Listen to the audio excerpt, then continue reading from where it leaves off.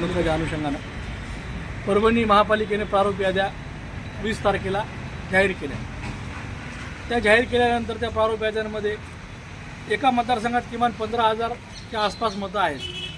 त्या याद्यांमध्ये इतका गोंधळ निर्माण केलेला आहे की चतुर्सीमेच्या प्रभागाच्या चतुर्सीमेच्या आजूबाजूची काही नावं आले तर आपण समजू शकतो की ते चुकून बॉर्डरवरचे कॉलेज नावं आले असतील, पण खूप नावं हे चतुर्सीमा ओलांडून ज्या प्रभागाचा लांबपर्यंत त्या प्रभागाशी संबंध अशा प्रभागातून देखील आलेली आहेत। आणि राहिला विषय या याद्यांचा, तर याद्यांमध्ये इतक्या अक्षम्य चुका झालेल्या आहेत।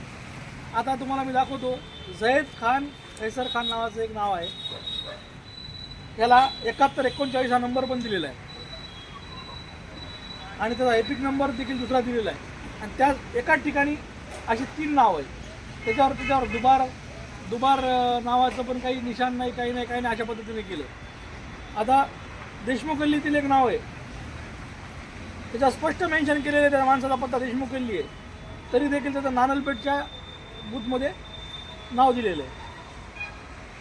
आणि खूप यादीमध्ये बहुतांश लोक मयत आहेत, कोणी हैदराबादला, कोणी नांदेडला, कोणी कुठे स्थलांतरित झालेले आहेत, 10 वर्षापासून स्थलांतरित झालेले लोक आहेत, पण त्या अपडेशन यादीचं यांनी केलेलं नाही। आणि एक प्रकारे अतिशय बोगस प्रकारे याद्या त्यांनी तयार केल्या। ह्या याद्या त्यांनी डोर टू डोर BLOनी आणि जाऊन व्यवस्थित दुरुस्त केल्या पाहिजे।